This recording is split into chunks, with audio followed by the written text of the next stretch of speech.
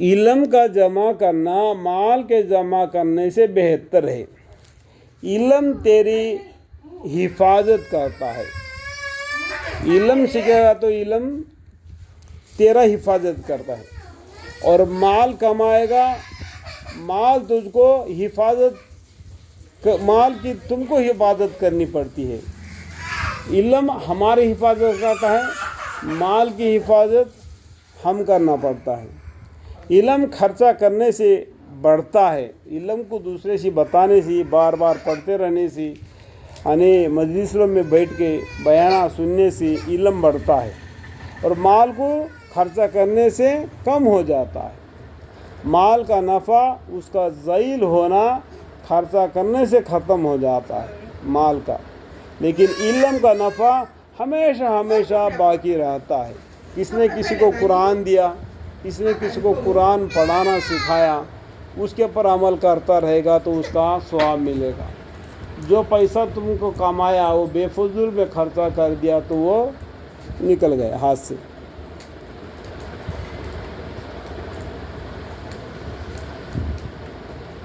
عالم کا انتقال سے بھی ختم نہیں ہوتا، یعنی عالم کا جو علم والا ہے وہ مرنے کے بعد بھی اس کا علم ختم نہیں ہو جاتا ہے، کیونکہ اس نے دوسرے کو سکھا کے گیا، وہ اس پر عمل کر رہا ہے تو وہ علم باقی رہ گیا، لیکن وہ عالم مر گیا لیکن اس کا علم باقی رہ گیا، کیونکہ وہ علم کو دوسرے کو سکھایا، اس کے ارشادات باقی رہتے ہیں۔ پھر حضرت علی رضی اللہ عنہ نے ایک ٹھنڈا سا سانس بھرا اور فرمایا کہ میرے سینے میں علم ہے، کاش اس کے اہل ملتے، مگر میں ایسے لوگوں کو دیکھتا ہوں جو دین کے اسباب کو دنیا طلبی پر خرچہ کرتے ہیں۔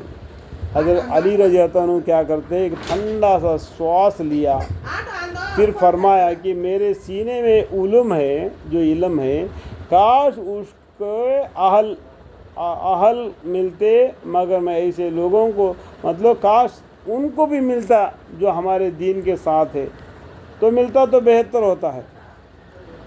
لیکن حضرت علی رضی اللہ عنہ بولتے ہیں کہ میں دیکھتا ہوں جو دین کے اسباب کو دنیا طلبی پر خرچہ کرتے ہیں، جیسا کہ قرآن پڑھا، کس کو نظر لگ گیا، کس کو بخار آ گیا، کس کو نام رکھنا، کس کو کوئی دین کے بارے میں جیسا کہ ذبح کرنا بکرا، تو علم تم کو دیا تو علم کے ذریعے سے اس نے کیا کیا، پیسہ کماتا ہے۔ یہ میں کروں گا تو یہ پیسہ چاہیے، میں یہ کروں گا تو پیسہ چاہیے۔ اس کا ثواب تو آخرت میں نہیں ملے گا نا، دنیا میں لے لیا اس کا۔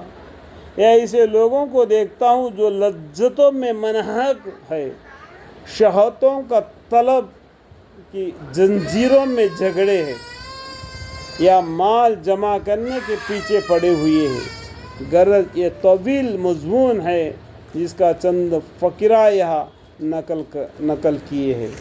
اللہ تعالیٰ ان باتوں کو سمجھنے کی توفیق عطا فرمائے۔